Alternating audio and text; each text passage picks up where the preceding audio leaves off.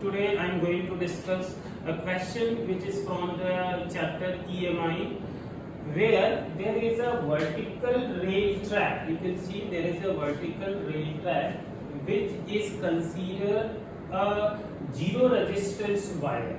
Okay, the perfectly conducting wire, this rectangular rail track, and there is a rod of mass 20 gram and resistance 10 ohm which is sliding downward. It is when it is left, then it starts moving downward. So initial vertical velocity will consider as a 0. So as the time is passing, then the vertical velocity will keep on increasing. Suppose after the time t, the velocity of this rod becomes v. But you see there is another thing is given. There is a uniform magnetic field of the 4 Tesla which is vertically upward the plane. Okay. So once the rod is moving downward, so there is a change in the flux. So that the change in the flux, there is a potential difference induced across the wire AB. So we have to just find out that induced EMF. So let us find the induced EMF across the wire AB at any instant t. Let velocity of rod is v. Okay. So once the rod is moving downward, and when it reaches at this particular point and this velocity is v, that is the instant velocity. So the motional EMF across the wire E is equal to BLV, and the current will be induced EMF by a resistance, that is BLV by R. This is the current across the wire, and direction of current across the wire can be obtained by Fleming right hand rule. We can find out the direction of current across the wire AB, which is from A to B by using the Fleming right hand rule. The direction of the current in a wire AB will be from A to B, because direction of magnetic field is upward and it is moving downward. So this is the direction of the current at a particular instant. Okay, so when the wire is moving downward, on the same time, it is also experience a magnetic force, and the magnitude of that magnetic force is equal to ILB, because sin theta will be the 90 degree. So magnetic force I will be, this will be B square L square V by R. This is the magnitude of the force, and the direction of this magnetic force experienced by the rod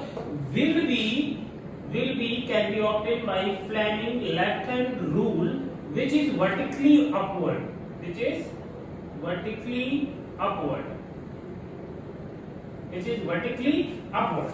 So this force acting on the rod AB, this will be on the vertically upward. This is the magnetic force.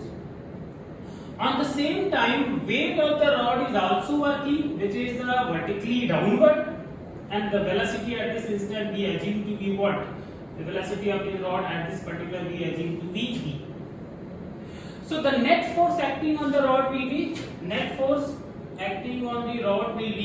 the weight of the rod, because weight is greater than the magnetic force because it is moving downward, minus will be the magnetic force. So net force is equal to mg minus magnetic force, which we already written above. It is B square L square V by resistance R. So from the Newton's second law of motion, force is equal to mass into acceleration. This is the mg minus B square L square V by resistance of the wire. And this further written as, if we replace the value of A, the mass into dV by dt is equal to, here we can write mgr by taking the LCM minus B square L square V by resistance R, and it will be further written as mr upon mgr minus b square l square into v. We can write in this way into dv is equal to dt, this conjugates. By taking the limit from both sides, or by integrating from both sides, within given limit,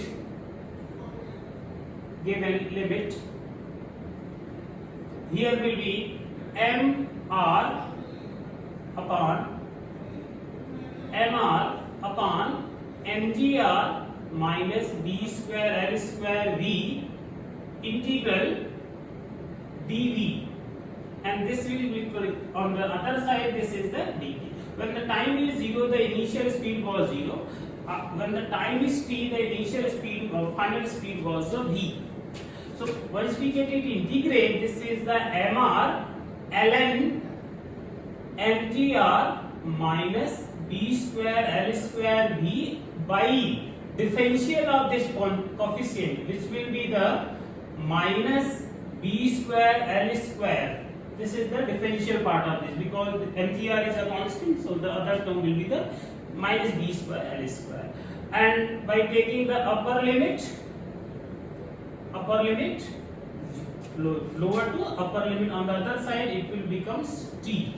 So t is equal to, now it is the mr upon minus b square l square. Here it will be the upper limit minus lower limit, so it will come to be ln mgr minus b square l square v minus, it will be when to put v is 0, it will be ln mgr.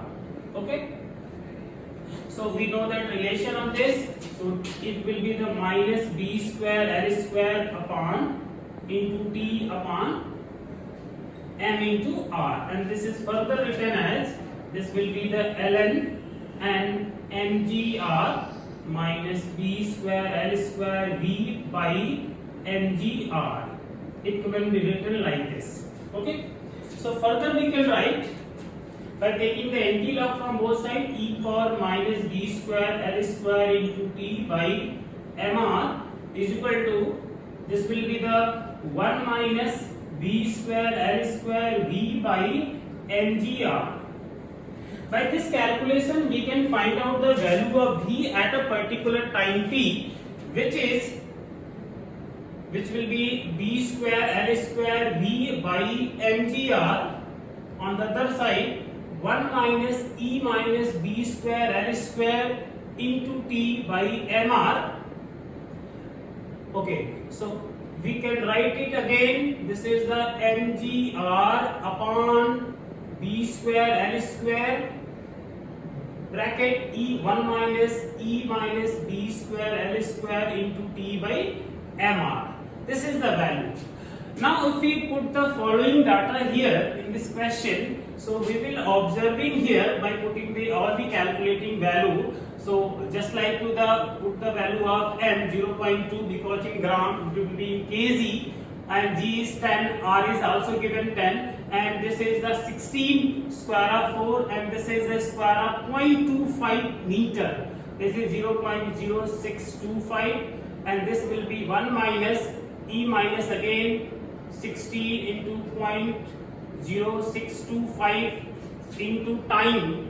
If we put the time, if we put the time, t is equal to 0.2 second to make the calculation easy. So we will getting here 0.2 by mr. M is again 0.2 into r. This is the 10.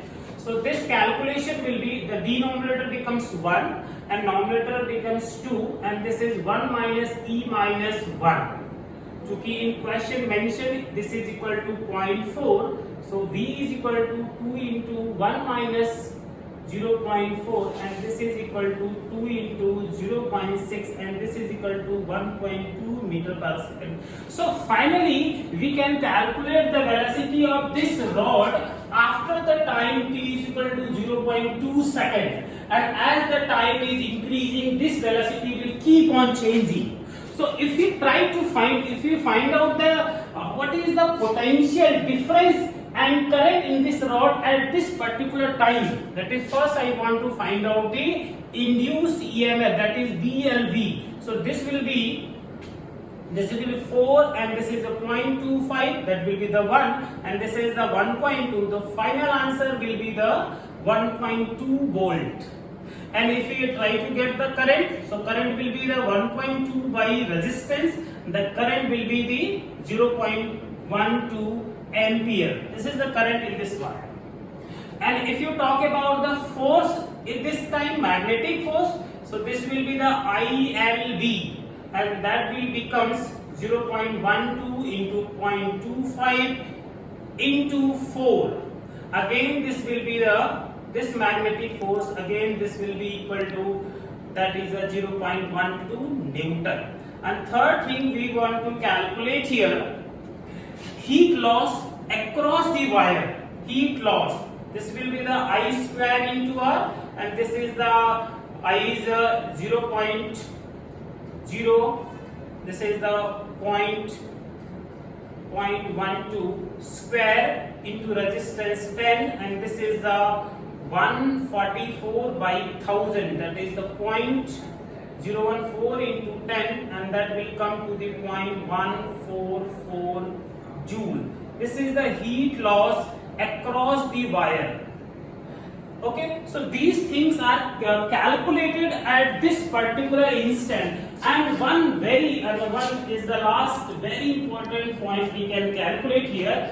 As the rod is keep on falling, the magnetic force keep on increasing because velocity, you can see that as it moves down, the velocity will increase, and if the velocity will increase with the time, then current will also be increased because it is a denominator. So if current is increased, the magnetic force will also be increased. So magnetic force keep on increasing as well. So a time will come when the magnetic force will equal to the weight of the rod. At this time, the velocity of the rod will known as the terminal velocity. We call this terminal velocity. So terminal velocity can be calculated by using B square L square into V by R. This is the magnetic force, B square L square V by R, and the loss, this must be equal to the weight. And when this quantity equal, then velocity will known as the terminal velocity, and we can further calculate this by using mgr by B square L square into यहाँ पे ऐसे लिख लेते हैं. तो this calculate will be 0.02 into 10 into 10 and 16 into 0.0625, and this will come to be 2 meter per second. So this is the very, very important question in which we can see that the rod is falling downward, but we consider the rectangular wire is a pure conductor. The resistance of this rail track is considered to be 0 in this calculation. Okay, so we will discuss the next question in the next class. Thank you.